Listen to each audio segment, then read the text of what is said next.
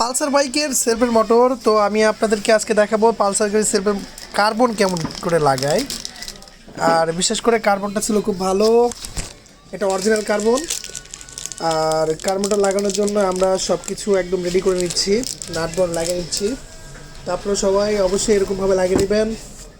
আর বিশেষ করে উপরে ক্যাপগুলো খুব ভালো মতো বসে নিতে হবে।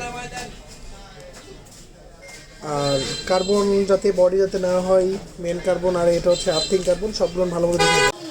তো বিশেষ করে আপনারা এরকমভাবে নাটগুলো সব লাগিয়ে নেবেন সুন্দর করে যত্ন সহকারে। আর ভালো মতো আর্মিচারটা, বিশেষ করে এই আর্মিচারটা খুব দুর্বল হয়ে গিয়েছে, মোটরটা বেশি দিন লাস্টিং করবে না, কারণ আর্মিচারে যেরকম অবস্থা হয়ে যাচ্ছে আপনার একদম ক্ষয় হয়ে গেছে। তো ক্ষয় হয়ে যাওয়ার কারণে কার্বনটা লাস্টিং করতেছে না। তা মূলতভাবে যাদের আর্মিচারে বেশি যদি ক্ষয় হয়ে যায়, এক্ষেত্রে আপনাদের আর্মিচার চলবে না, তখন নতুন লাগাতে হয়।